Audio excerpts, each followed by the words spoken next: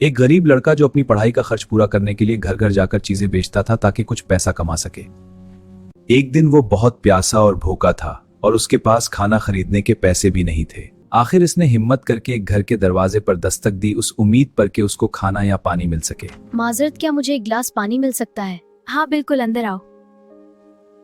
जब लड़का अंदर गया तो लड़की ने उसकी हालत देखी और पानी की जगह उसे दूध का गिलास दे दिया। मैं उसके पैसे कैसे दूं? मेहरबानी की कीमत नहीं ली जाती। वक्त गुजरा और वही लड़का मेहनत करके एक कामयाब डॉक्टर बन जाता है।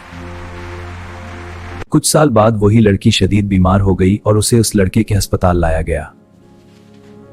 जब डॉक्टर ने इस लड़की को देखा तो उसे पहचान लिया और उसे बरसों पहले की वो छोटी सी नेकी याद आ गई।